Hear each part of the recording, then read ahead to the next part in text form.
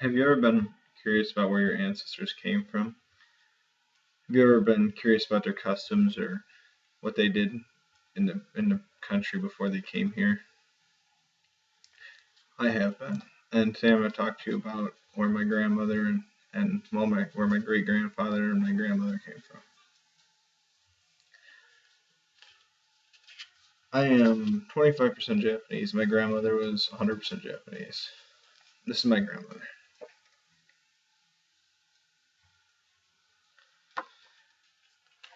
This is myself, my grandmother, and my mother.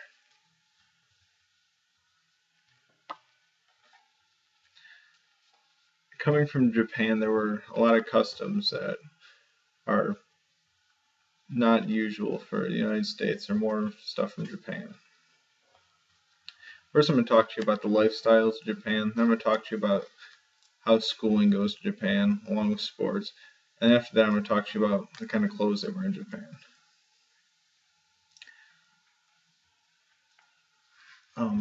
Their lifestyle when they sleep, or in general, Japan's a small island and there's a lot of people. It's similar to California with more people in a small area.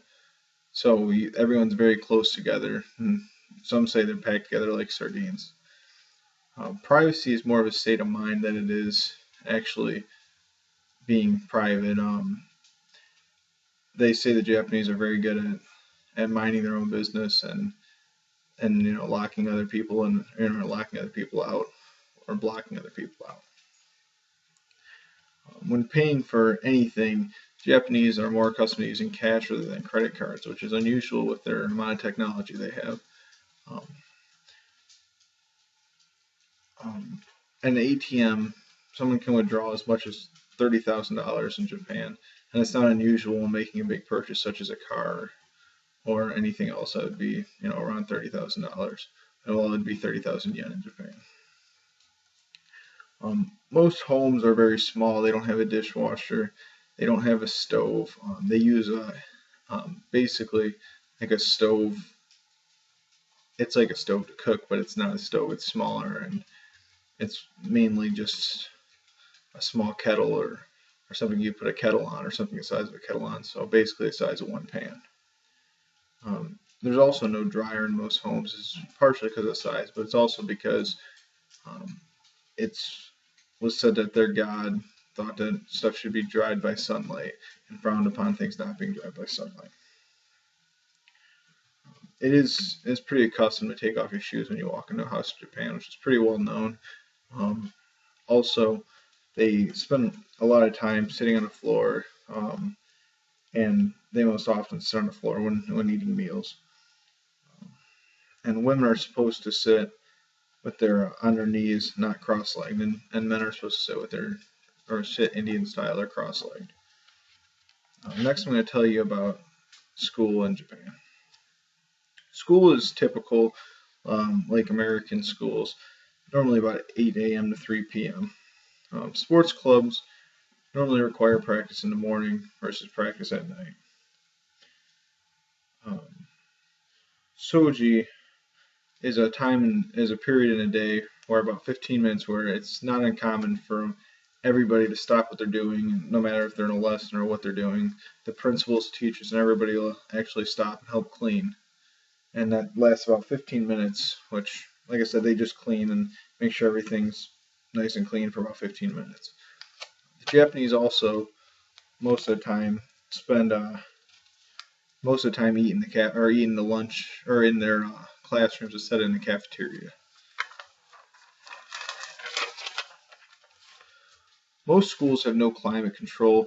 There isn't heat and there isn't air conditioning.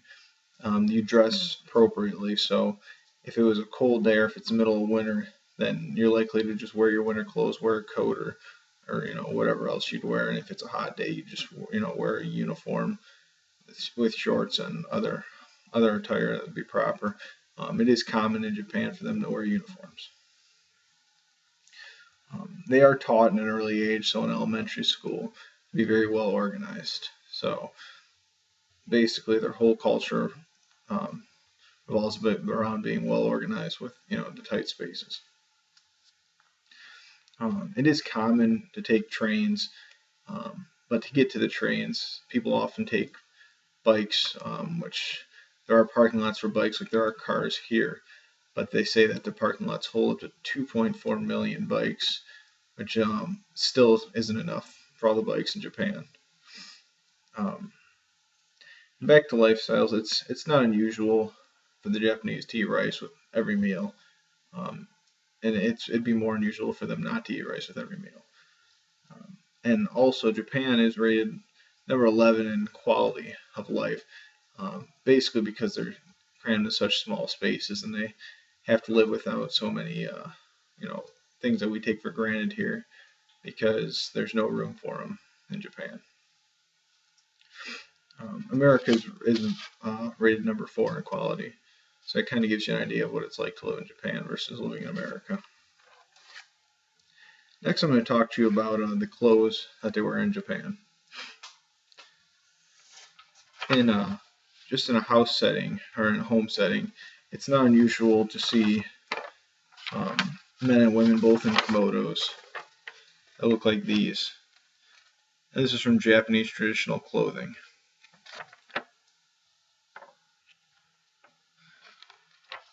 The men wear a plain black kimono most often with, a striped bottom of the robe.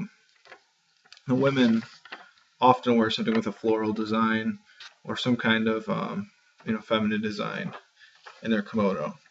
They also wear tabis, which would be the socks there, or it's just basically socks. And it's also not uncommon for them to wear them with the sandals, which a lot of people think is more of a joke around here or in America to wear sandals with socks, but it's very common there. Their sandals there would be called zoris. This is mainly what they'd wear in a home setting or, like I said, in a professional setting, or if they're in an office. They still wouldn't dress professionally as we do here in something like a suit, also from Japanese clothes. Hopefully today I've made you more informed with the customs of Japan and the lifestyle, the schooling, and the clothing that they wear in Japan. Thank you for your time.